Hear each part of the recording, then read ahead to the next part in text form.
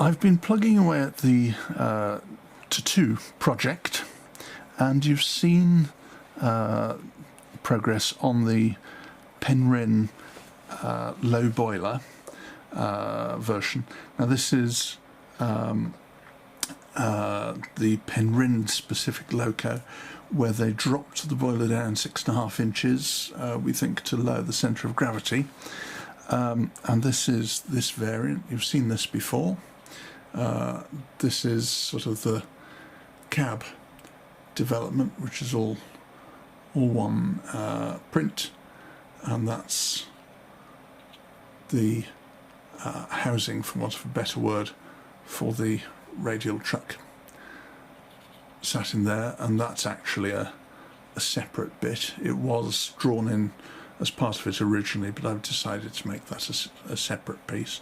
But everything else on that is one piece.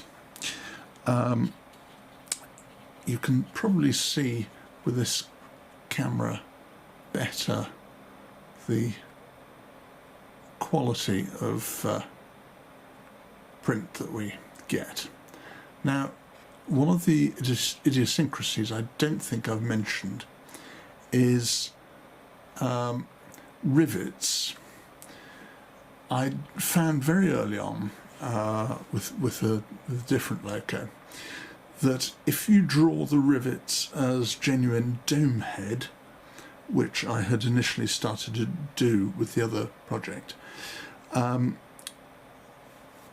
being a dome, when the computer tries to turn it into a series of facets, which is how it generally works, it uses a massive amount of memory, because it creates however many facets, lots and lots of facets per rivet, and it just eats memory and it stalls the computer out. So nowadays when I do rivets, I do them effectively as flathead rivets, and that enables the computer to cope and keeps the memory low. I say low, it's still very high on most of these components, but it copes. And actually the film of paint just gives it that little bit of rounding to it, so nobody ever notices that the rivets are flathead, not proper domed. So that's the little cheat I do to help the computer survive the experience of this drawing.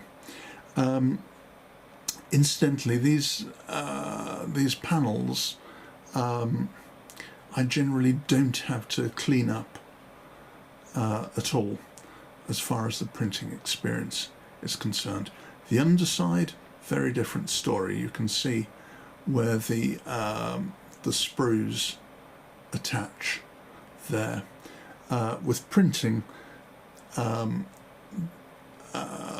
sprues always leave a mark, and so you kind of have to have a, for want of a better word, a sacrificial side that you're prepared to clean up or have unseen or what have you.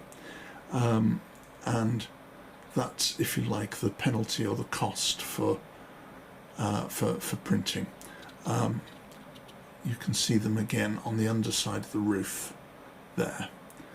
It's a very small price to pay, and you can keep all the other sides nice and clean and nice and fresh. Again, that roof has not been cleaned up, and it's a good surface. If I shine the light across it, you'll see the angles. If I can zoom in on that without penalty, let's have a look. No, not really, but I can bring it closer. Not much closer than that, I don't think. But the angles have the proper radiuses or radii to the edge and to the centre. They're not simply straight edge, crude straight edge angles. They have the proper radii to the three well, the two outer and the one inner edge, and that just helps the realism. Adds a bit more to the computer memory, but it's worth it. So that's what we're getting out of this. This is the Penryn one, as I say. This is the Penryn boiler. Now, since you've seen it last, I've done some work on the back head, and you can see on this side it's a backhead injector. Now, let's see if you can see properly. With a bit of research, I found out that these things were built with one gauge glass on one side, on the right hand side, and a backhead injector, Gresham and Craven injector, on the left hand side, and that's what that little thing is there. And you might be able to see a water tap below, and of course the steam valve, the wheel above. I can't quite see how well that's coming out on the screen there, I'm afraid. The pipes to it, these are water pipes. The top one is the feed from the tank there, and this other one is the overflow, injector overflow, because of course it picks up the steam directly from the boiler and inserts the water into the boiler in the same place. But those pipes are printed as one piece with the injector. Now let me show you one that's still on its sprue. Sorry, these things are a bit difficult to handle. That's what it looks like when it comes out of the printer. You can see the supports on their feet where it sits on the printer bed, and that of course is how the thing looks when it's finished printing. And of course the supports need carefully trimming off without damaging anything. So that is a backhead injector for one of these things. For that. So that, as I say, is the Penryn low boiler job. I've been looking at the high boiler version, and that of course is 6.5 inches higher. Now with all these things, I should have shown you on that other boiler, they were built with an extra ring on the smoke box for the door to sit on, which you can see there. My initial first prints didn't have that. I've now got that incorporated. You can see there I've cleaned the supports off, but other than that there is no cleaning taking place at all. That little hole is for the saddle tank to plug into to locate it, and that is water feed from the axle driven pump. I've mentioned it had a backhead injector. The other means of feeding water into the boiler was an axle driven pump, which I won't actually be making. So that's the boiler for that thing. Now I've just printed off a cab overnight for this, and this is it. Obviously it was grey. I've just sprayed it now with primer, and I've fitted the reverser, which is a separate print. See if I can zoom in. And I did model notches in the reverser. I can't see well enough to see them, but there are notches or the wear notches in the reverser quadrant. I can't see if there still are, but that's a print, and I can twang that, and it's fairly flexible. That bit there is a water valve control for the axle-driven pump, and that's simply glued because that's sat beside the firebox and you'll never see that blob of glue. On that side we have the handbrake, and it's supposed to be leaning back a little bit, and again that's a print. That's a pure print. It's a separate print and just glued on there, but that's alright. And again, this has no cleaning up at all. There's a very, very slight mark there, which I might, oops, you can see how rubbing it just burnishes up the primer. As I say, it's black primer, and I shall rub it down before it ever gets a top coat, but you can just see what rubbing it with the finger does. But this has had no cleaning up at all. This doesn't incorporate the buffer beam. The reason for that is I've printed a cab back for it. This is a cab back, and this is a delicate little thing. You can see the angles and the rivet detail on the angle, and you can probably see how thin it is.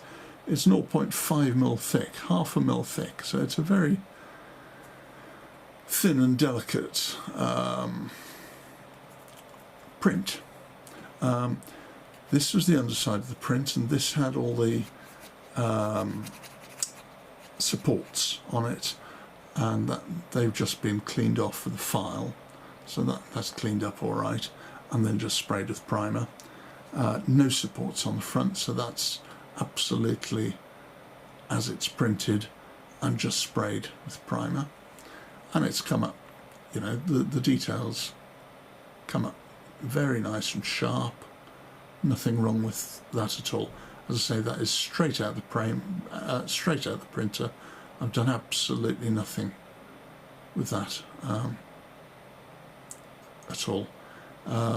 Rivets to the bottom. There should be bolt heads on the upper half. Should be little hex bolt heads. I can't quite see, but that's what I modelled. So that's that, and should mate together, and probably when I've painted the two components separately, those will glue together using epoxy and form the cab like that. And at that point I think it'll be quite robust enough as a model.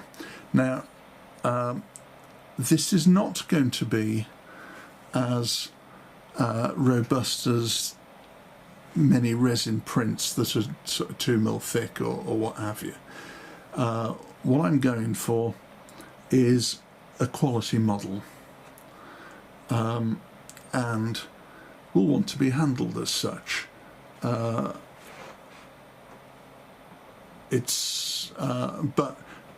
it will certainly be quite robust enough to handle as you handle a nice, a nice model.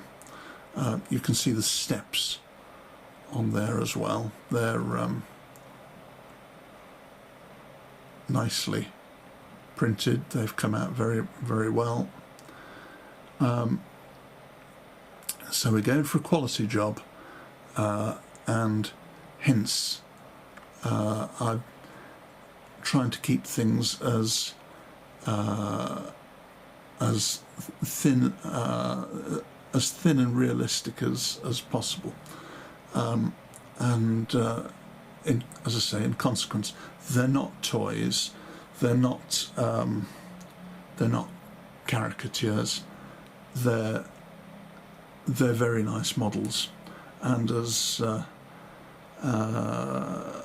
hopefully as detailed as any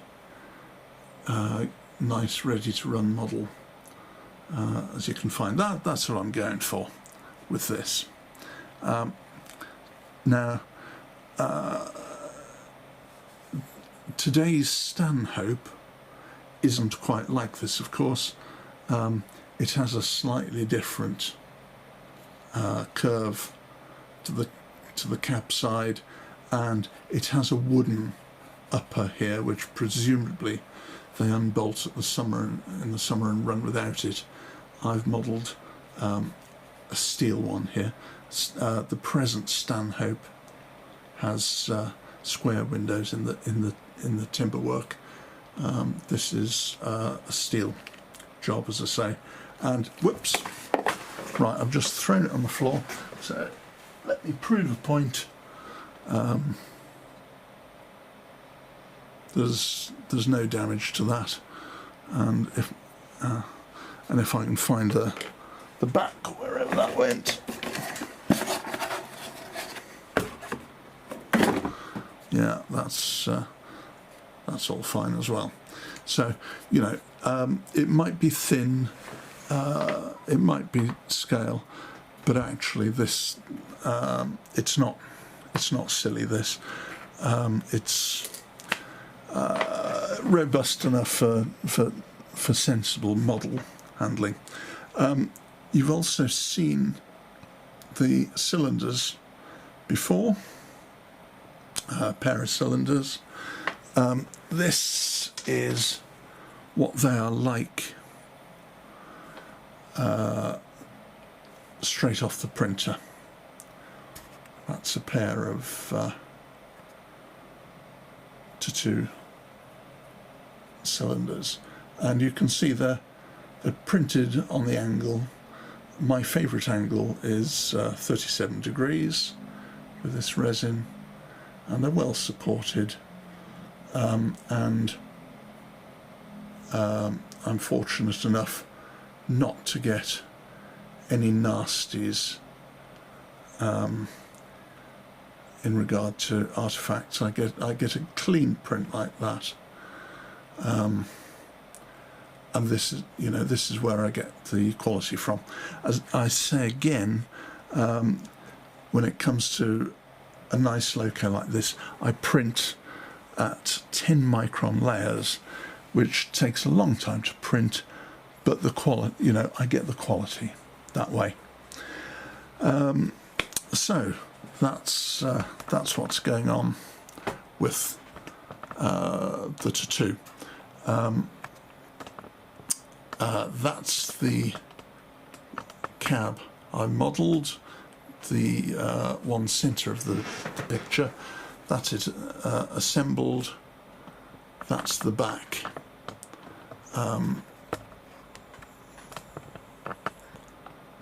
As a separate piece. That block there helps locate it in position, and I can also bolt the chassis to that. And then we've got angles which, as it were, bolt the chassis frames to the buffer beams, and then of course the steps. That's how all of that works.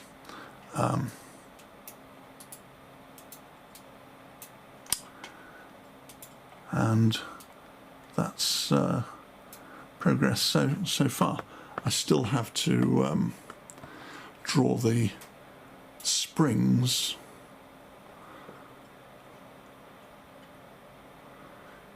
You can see the bolt heads I was talking about there, and you can see the rivets. That's how I represent a rivet, and by the time it prints in real life, it comes out pretty well. So it's not something I'm ashamed of, but it does get the job done on computer. So yes, there's a couple more things to draw, and then that'll be the printing aspect of this thing done. I think it's looking quite nice and rather fun, to say the least. But I hope you find it informative at any rate. It demonstrates that printing needn't be a coarse and crude version of model making. Printing can be a really fine technique to add to our armoury of fine model making, I think, and it's great. For me, as I think I've said before many times, it enables me to do things I otherwise couldn't do.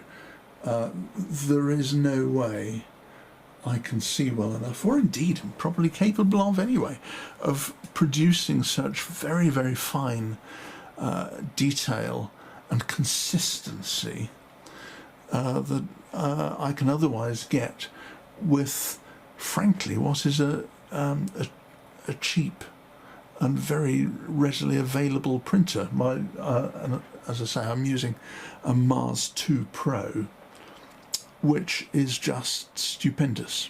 Absolutely love it to bits. It's been a brilliant thing. As a slight aside, because Paul of EDM Models and I are in cahoots mildly, hoping to try and bring things to market with a bit of luck. And Paul has already done a test print of the 7mm wooden tipping wagons. This is a 4mm wooden tipping wagon, which he also may, with a bit of luck, produce if people are sufficiently interested.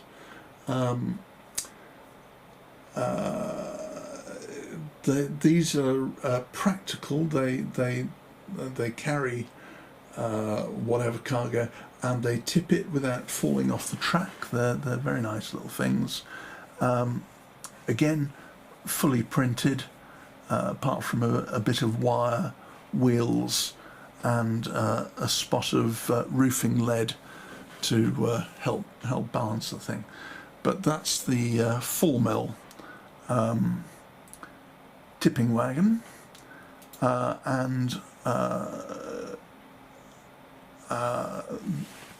we also have, if I can drive this thing back to albums list, we have,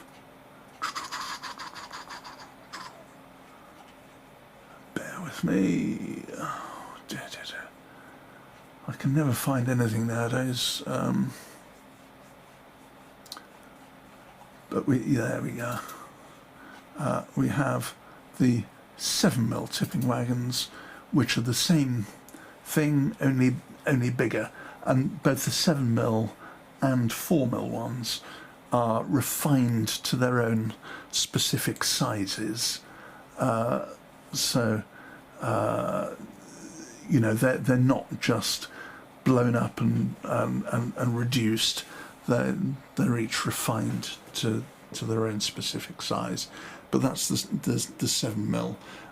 This particular one is 14mm, but we're aiming to have it gaugeable to 16.5 as well. And this also is a practical tipping vehicle. So, and there may even be other things on the horizon. We'll see. We're looking forward to seeing what we can do. So that's EDM Models and myself getting together and having a bit of fun. But meanwhile, that's progress on the tattoo. Hope it's of some interest. Cheers.